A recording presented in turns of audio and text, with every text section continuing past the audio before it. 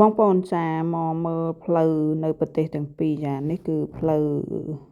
នៅខាងឆ្វេងដៃនេះគឺផ្លូវនៅប្រទេសបែលហ្សិកហើយនៅខាងស្ដាំដៃនេះគឺនៅហូឡង់បងប្អូនចាបងប្អូនដឹងថាពន្ធនៅប្រទេសបែលហ្សិកចូលថ្លៃណាបងប្អូនពន្ធប្រាក់ខែដូចជា48%ប៉ុន្តែប្រទេសហូឡង់វានៅប្រហែលជាខ្ទង់30ជាងទេ35អីទេចាំខ្ញុំឆែកម្ដងទៀតប៉ុន្តែខ្ទង់30ជាងដល់40ពេកចាប៉ុន្តែបងប្អូនមើលផ្លូវទៅខ្ញុំនិយាយទៅខ្ញុំទៅ4ឆ្នាំជាប់គ្នាប្រទេសបែលហ្សិកណាដោយសារវាមានព្រំដែនជាប់ជាមួយនឹងប្រទេសហូឡង់ចាបើយើងទៅបែលទៅ